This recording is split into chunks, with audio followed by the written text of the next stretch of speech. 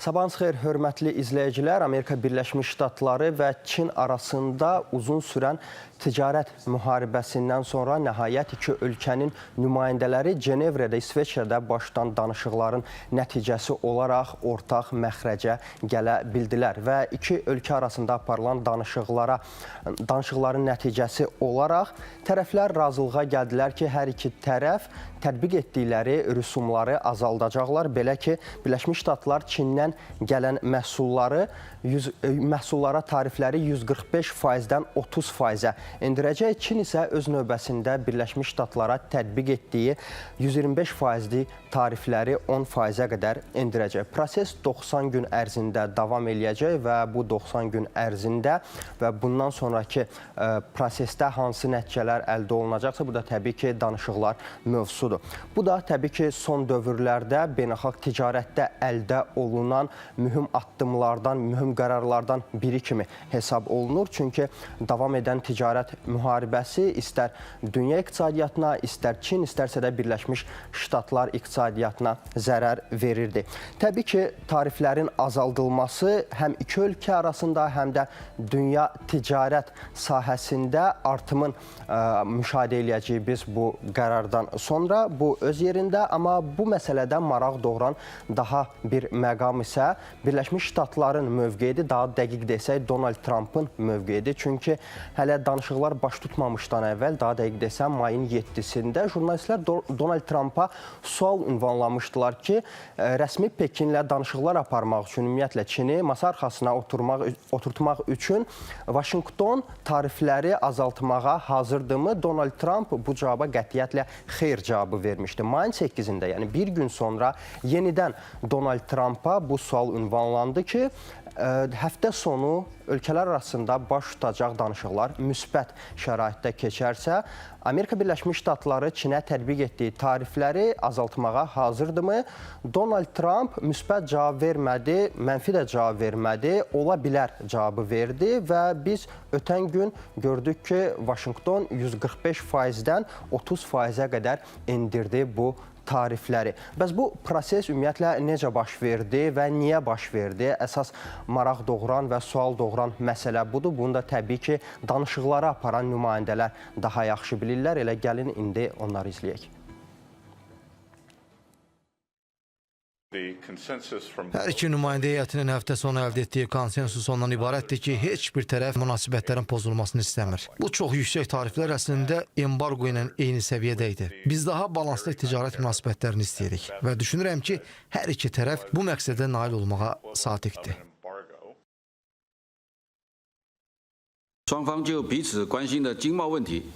Hər iki tərəf onlar üçün maraq kəsb edən ticarət, iqtisadi məsələlər üzrə ətraflı fikir mübadiləsi aparıb. Görüşün atmosferi açıq, dərin və konstruktiv idi. Görüş zamanı əhəmiyyətli irəliləyiş əldə olunub və vacib konsensusa gəlinib. Tərəflər ticarət və iqtisadi məsələlər üzrə məsləhətləşmə mexanizmi yaratmaq, hər iki tərəfdən məsul şəxsləri təyin etmək və maraq doğuran bu məsələlər üzrə gələcək məsləhətləşmələr aparmaq barədə razılığa gəliblər. Hörmətli izləyicilər, siyasətlə maraqlanırsınızsa, ümumiyyətlə gündəlik siyasi xəbərləri izləyirsinizsə, bilirsiniz ki, bir neçə gün bundan öncə PKK özünün ləğv edilməsi ilə bağlı qərar qəbul edib. Ötən gün isə Türkiyə Prezidenti Rəcəb Tayyib Ərdoğan Nazirlər Kabinetinin iclasında bu məsələyə münasibət bildirib. Türkiyə Prezidenti qeyd edib ki, bu qərar ümumiyyətlə Türkiyədə Türk millətinin və qardaşlığın birliyi üçün mühüm bir addımdır. Yüksək qiymətləndirib Ərdoğan bu prosesi, amma Türkiyə hökumətinə verilən sözlərin tutulması üçün ölkə prezidenti qeyd elədi ki, hökumət üzvləri və ölkə kəşfiyyatı bu prosesi bundan sonra daha yaxından izləyəcək. Ümumiyyətlə, Ərdoğan öz açıqlamasında bildirdi ki, bu proseslə bağlı daha detallı açıqlama gələcək günlərdə veriləcək və iqtidar olaraq Ərdoğan 40 ildən çox davam edən terrorizmi aradan qaldırılmasında başda Devlet Bahçeli olmaq olmaqla bu prosesə cəlb olunan şəxslərə təşəkkürünü bildirib. Hörmətli tamaşaçılar, Ermənistanla davam eləyirik. Qərb qonşumuz yenidən silahlanır və yaxud da silahlandırılır. Belə demək mümkündürsə, bu dəfə Hindistan Ermənistana yeni zenit raket kompleksləri göndərmək niyyətindədir. Söhbət Akash zenit raket komplekslərindən gedir. Düzdür, Ermənistan bu silahların ilk partiyasını ötən ilin noyabr ayında əldə eləmişdi və Hindistan mətbuatının açıqladığı məlumata görə artıq ikinci proses, daha doğrusu ikinci batareyanın göndərilmə prosesi bu ilin iyul ayında baş tutacaq. Xüsusilə qeyd eləmək lazımdır ki, sözügedən ZRK döyüş təyyarələri, qanadlı raketlər, hava yer raketləri, pilotsuz uçuş aparatları və digər hava hədəflərini 25 kilometr məsafədə və 18 kilometr hündürlükdə vurmağa, məhv etməyə qadirdir. Qeyd eləmək lazımdır ki, 2022-ci ildə Hindistan və Ermənistan rəsmiləri arasında imzalanan müqavilə ümumilikdə 710 milyon dollar dəyərindədir və bu müqaviləyə əsasən Hindistan Ermənistana 15 Akash zenit raket kompleksi göndərməlidir. Bu mövzuda danışan ekspertlər hesab eləyirlər ki, prosesdə iştirak eləyən dövlətlərin, ölkələrin maraqları fərqlidir. Ermənistan təbii ki, öz növbəsində silahlanmaq istəyir. Bəzi ölkələr Ermənistanı silahlandırmaqla Cənubi Qafqazda sülh prosesini əngəlləmək istəyir. Hindistan nə istəyir? Hindistan təbii ki, öz silahlarını Ermənistana satmaqla həm təbii ki, maliyyə əldə eləyir, digər tərəfdən öz hərbi sənayesini bir növ reklam eləyir. Bəs New Delhi'nin bu addımlarının təbii ki, ekspertlər hesab eləyirlər ki, bu üzdə görünən proseslərdir. Bəs pərdə arxası hansı məqamlar var? Bu arada millət vəkili Elçin Mirzəbəyli danışacaq.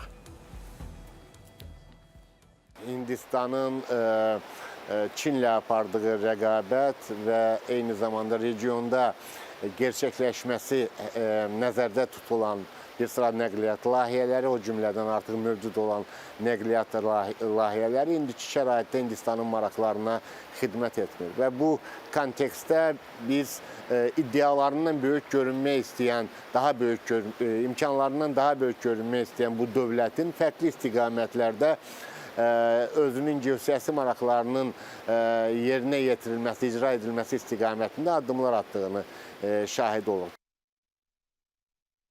Hörmətli izləyicilər, elə Ermənistan mövzusuna toxunmuşkən, ötən gün Ermənistan mediasının açıqlamasına görə ölkənin baş prokurorluğu Ermənistanın keçmiş prezidenti Robert Köçəryana aid olan bəzi mülkləri müsadirə eləmək istəyir dövlətin maraqları naminə və dövlətin hesabına və baş prokurorluq hesab eləyir ki, Robert Köçəryan vaxtilə bu mülkləri, bu əmlakı qanunsuz olaraq əldə eləyib. Ümumilikdə prokurorluq Ermənistanın maraqları naminə 985 milyon dram, yəni 2,5 milyon dollar məbləğində istiqraz, 1,4 milyon dollardan çox məbləğdə bank əmanətləri, eyni zamanda kreditlər üzrə tələb hüquqları, 8,3 milyard dram, 260 milyon rubl və təxminən 590 min avro 2 nəqliyyat vasitəsi və digər əmlaklarının müsadirə edilməsini tələb eləyir.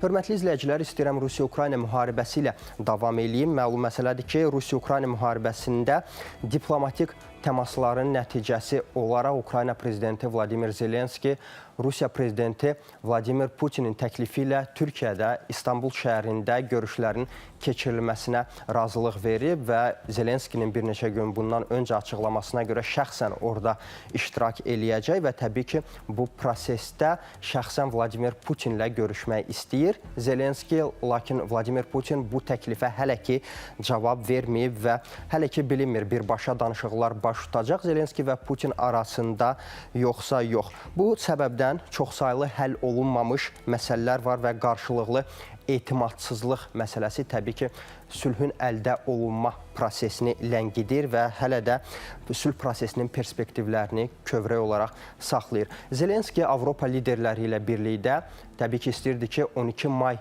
tarixindən etibarən 30 günlük atəşkəs əldə olunsun, amma görünən odur ki, hələ ki buna nail ola bilməyiblər. Birləşmiş Ştatlar Avropadan olan tərəfdaşlarının bu təkliflərini dəstəkləyir, amma ictimai çıxışlarında Donald Trump hələ ki ehtiyatlı davranmağa çalışır. Qeyd eləmək lazımdır ki, bütün qərbdən səsləndirilən bu açıqlamalara Kremldən cavab gəlib.